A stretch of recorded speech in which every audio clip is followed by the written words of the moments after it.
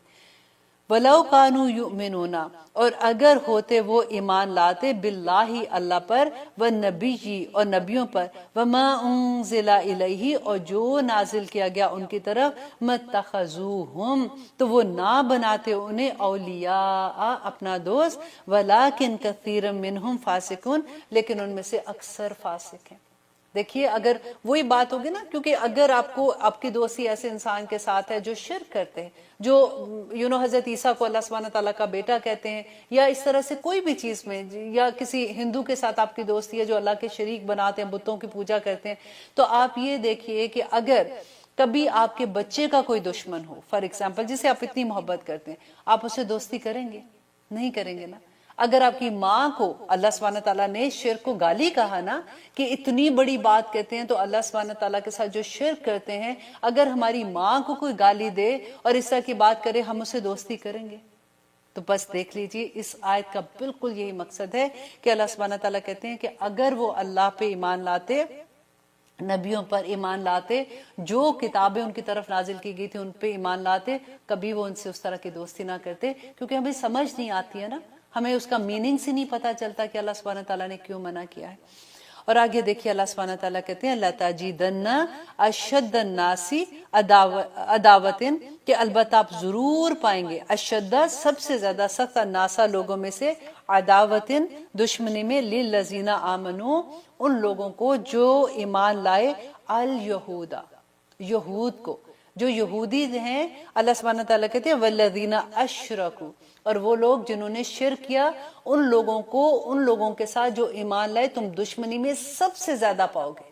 اور کون لوگ ہیں وَلِتَجِدَنَّ اور البتہ ضرور پائیں گے اقربہم سب سے زیادہ قریب ان میں مودتن محبت میں للذین ان لوگوں کو جو آمنو ایمان لائے الذین قالوا ان لوگوں کو جو یہ کہتے ہیں انا نصارا کہ ہم نصارہ ہیں کہ ہم نصرانی ہیں ذالک بانہم یہ کیوں اللہ سبحانہ تعالیٰ کہتے ہیں اس وجہ سے کہ منہم ان میں سے قسیسین علماء ہیں و رہبانن اور راہب ہیں وانہم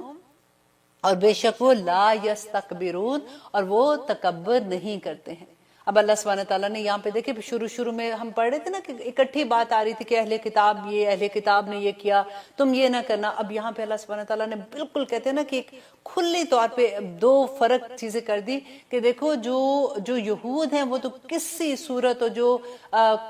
مشرکین ہیں جیسے ہندو ہیں یا جو بھی اس طرح کے لوگ ہوتے ہیں وہ کبھی بھی تمہارے دوست نہیں ہو سکتے وہ کبھی تمہارے لیے بہتر نہیں سوچ سکتے نصارہ کے بارے میں اللہ سبحانہ تعالیٰ نے یہاں پہ کہا کیونکہ اس زمانے میں نبی صلی اللہ علیہ وسلم نے جو ہجرت حبشہ کا حکم دیا تھا تو اس کے بارے میں انشاءاللہ میں اگلے پروگرام میں آپ کو پوری ڈیٹیل بتاؤں گی کہ ہجرت حبشہ کیسے ہوئی تھی اور نبی صلی اللہ علیہ وسلم نے کیوں حکم دیا تھا اور اس کی پوری ڈیٹیل انشاءاللہ ہم اگلے پروگرام میں دیکھیں گے کہ کس طرح سے نصارہ جو کرسچنز تھے وہ مسلمانوں کے ساتھ نرم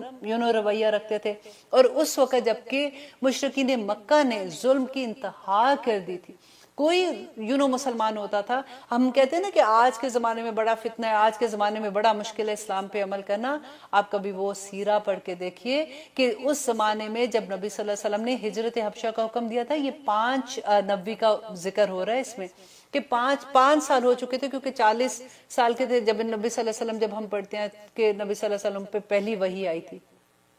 5 سال تک بھی یہ حال تھا کہ مسلمانوں پہ ظلم کی انتہا کر دیتے تھے کہ نبی صلی اللہ علیہ وسلم کو یہ کہنا پڑا کہ ہجرت حبشہ کی طرف ہجرت کر دو اور یہ حبشہ جو ہے یہ آج کل ایتھوپیا جس کا دیکھیں آج اس کا کیا حال ہے ایک زمانے میں یہ بڑی طاقتور قوم ہوتی تھی اور بڑے جیسے آتے ہیں نا آج کل کے سپر پاور ہوتے ہیں اور بڑے جیسے پڑھی لکھی قوم ہوتی تھی اس طرح کے لوگ تھے اور اللہ سبحانہ تعالیٰ نے دین و دنیا میں بھی ان کو بڑی ترقیاں دی ہوئی تھی اور یہی نجاشی بادشاہ تھا جو مسلمان بھی ہوا تھا اور اتنی انٹرسٹنگ ان کی ساری کہانی ہے لیکن اس وقت دیکھیں 5 سال میں بھی کوئی مسلمان جب کلمہ پڑھ لیتا تھا تو اس کے ساتھ اتنا ظلم ہوتا تھا کہ ایسا نہیں ہوتا تھا کہ کوئی کہتا ہے کہ میں مسلمان ہوں تو اس کو ہار پہنائے جا رہے تھے اتنا مشکل وقت تھا نبی صلی اللہ علیہ وسلم نے 13 سال مکہ میں جو گزارے تھے کبھی آپ ان کی 13 سال کی ہسٹری پڑھ کے دیکھیے کہ آخر کیوں مدینہ کی طرف ہجرت کی تھی اپنا گھر بار اپنے دوست اپنے احباب آپ دیکھیے سارا کچھ تو مکہ میں تھا یہ سبھی لوگ جو صحابی تھے یہ وہیں پیدا ہوئے تھے نا نبی صلی اللہ علیہ وسلم کے ساتھ جنہوں نے ہجرت کی تھی وہ اپنے سارا کچھ چھوڑ کے کیوں نکلے تھے صرف اللہ کی خاطر نکلے تھے اور اتنے ظلم اس وقت ان کے اوپر ہو رہے تھے اور جب وہ مدینہ میں جا رہے تھے تو نبی صلی اللہ علیہ وسلم نے مڑ کے مکہ کی طرف دیکھا تو انہوں نے کہا کہ مکہ میں تجھے کبھی نہ چھوڑتا لیکن مجھے تمہیں چھوڑنا پڑے کیونکہ یہاں کے رہنے والے مجھے یہاں پہ رہنے نہیں دے رہے اللہ سبحانہ تعالیٰ ہم پہ اپنا رحم اپنا کرم کر دے کیونکہ آج اسلام پہ عمل کرتے ہوئے ہمارے 100 چیزیں ہم سوچتے ہیں کہ آج کے زمانے میں تو بڑا مشکل ہے اب ایسے تو ہم کر نہیں سکتے ہم ایسے نہیں کر سکتے آپ دیکھیے کہ ایون دو ہم امریکہ میں ہیں یہاں پہ کوئی مشکل نہیں ہے آپ دیکھیے جگہ جگہ پہ مسجدیں ہیں اور اتنی خوبصورت مسجدیں ہیں کہ پاکستان میں مسجدیں کیا ہوں گی اور یہاں پہ کوئی کسی کو منع نہیں کرتا اپنے ریلیجن کو فالو کرنے میں یہ سب ہمارے بہانے ہوتے ہیں جب ہم نے نہیں کام کرنا ہوتا اللہ سبحانہ تعالیٰ ہمیں توفیق عطا کرے کہ ہم اپنے مذہب پہ اللہ سبحانہ تعالیٰ کی رضا پہ اس طرح سے چلیں جس طرح سے اللہ سبحانہ تعالیٰ نے ہمیں حکم دیا ہے اب اجازت دیجیے، انشاءاللہ اگلے پروگرام میں ہم دیکھیں گے کہ اللہ سبحانہ تعالیٰ ہمیں کیا بتا رہے ہیں. انشاءاللہ 7واں پارہ ہم سٹارٹ کریں گے الحمدللہ. اب اجازت دیجیے. سبحان ربک رب العزت عما یصفون وسلام علی المرسلین والحمدللہ رب العالمین.